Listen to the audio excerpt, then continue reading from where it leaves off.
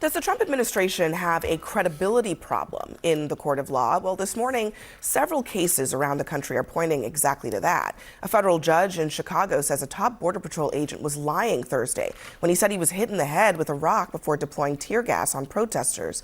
Judge Sarah Ellis called the government's portrayal of Chicago untrue, finding the evidence presented by that agent simply not credible. In another embarrassment for Trump's DOJ this week, a man who threw a Subway sandwich at an officer in Washington has been found not guilty of the only misdemeanor assault charge that he was charged with. And prosecutors were initially seeking a felony charge for that man, and they failed to secure an indictment. Lastly, a magistrate judge is slamming prosecutors in James Comey's trial for their handling of evidence, accusing Trump's handpicked attorney and prosecutor of taking an indict first and investigate second approach. There's a lot in the courts happening, and I will say Trump is winning in some cases, but on the question of can the government's word be trusted, that's being called into question many times. And I'm actually flabbergasted by this, because let me play for you what Gregory Bovino, he's the Border Patrol agent that has been sent over to Chicago. This is the exchange where he is asked about the use of force, and particularly his use of force, and here's what he says. You said on October 30 that from what you have seen, all of the uses of force by yourself and the men under your command have been more than exemplary, your words. You still stand by that? Yes. So when you tackled Scott Blackburn, as shown in the video marked for identification as Exhibit 8, that use of force on your part was more than exemplary? Objective form lacks foundation. As we talked earlier, that was not a reportable use of force. Not a use of force. Placed him in under arrest. I didn't tackle him. I placed him under arrest. Gotcha. The judge looked at that and said, that's a lie. There's a video. You clearly tackled him. I think it is really ballsy, frankly, to go to a court and then straight up lie like that. Okay, so what is happening? You know what I do, my day job, right? When I'm not playing a lawyer on TV. Yes. Of course, I couldn't agree with you more. That's what I do all day long. Is I cross-examine law enforcement officers, and I try to say that they're either exaggerating or blowing things out of proportion, and that my client is not guilty. So this is like nothing new. I mean, this is being, look, I bleed blue because I need them to protect us. But law enforcement officers lying in a court of law is not exactly something that's unique and new under Trump. I mean, it's been going on forever and ever and ever. About something that's on video? Well, now they're on video. This is the issue, right? Look, like we see Derek Chauvin went to trial, right? The whole thing was on video, and that's his constitutional right to contradict what we saw on video.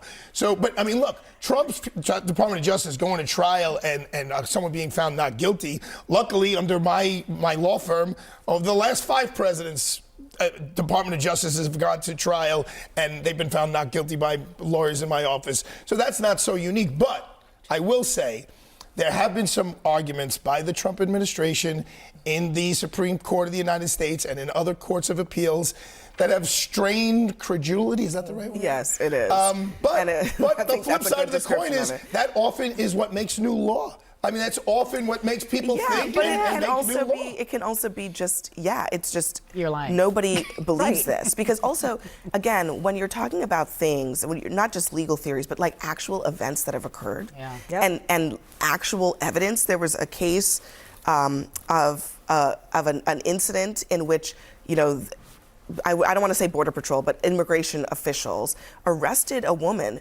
who they drove into. And everybody watched the incident and said, you drove into her, and then they dragged her out of the car and arrested her. And then dropped the charges later. These are the things that are happening. And part of this challenge is there are people who feel empowered and emboldened to just make bald-faced lies, and then there's people like this young man who was the security guard at a farm where there were undocumented workers on the farm, and he's like, here's my passport, let me just get it for you, I'm a U.S. citizen, and they didn't care. Just dragged him out, brought him in, put him into custody. He was detained for 2 or 3 days. So those of us who have to now prove that we are legitimately U.S. citizens don't feel that confidence that the American justice system is going to be treating all of us equally. So on a lighter note, the sandwich guy. I was going to I say. love We got him. to talk about the He's sandwich free. guy because he is free. This was the testimony from the Border Patrol agent. You could smell the onions and mustard, he recalled. He said the sandwich exploded on him. He could feel it through his ballistic vest, and to which a jury said, not guilty. You sound I mean, they tried to charge this guy with a felony. They raided his home, essentially, in this sort of like major operation, only to charge him with throwing a sandwich? We're in a twilight zone. This is the same world that we live in where we don't have enough money. I want to go back to what we've already talked about to feed the 42 million Americans, but we have enough money to bring somebody to court over a sandwich. Like, this sounds insane to me that this is even a conversation. You look on social media, you see it. Every 5 seconds, you see someone doing something illegal under the name or under a guise of authority, and they feel as if they're empowered to do so. It's been going on for a long It's been time. going on for a long time. I agree When I with was you. in the DA's office, I would dismiss cases because cops did the wrong Arthur, thing. no Totally, one's disagreeing. I am saying, look, I come from the world of sports. No one's ever fouled, ever. Like, every guy's like, I didn't do it. That was him. I didn't do it. Yeah, you do it. But, like, I understand. But the world that we live in today, I'm watching in real time, and people are out here doing whatever they want to, taking law into their own hands, because if they feel as if they can, and it starts from the top, they feel as if they I've can. asked this a number of times, but I will continue to ask it because I think every time these videos come out, and it's every single day, and also, you know, the DHS spokesperson keeps making false statements in trying to diminish the effect of these videos.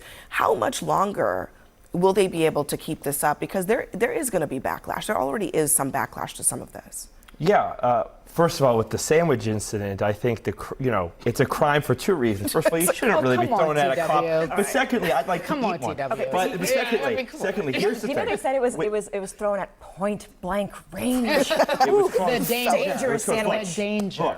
Look, I don't think you never should be screwing around with a law enforcement officer, but I understand the tensions of the issue, whatever.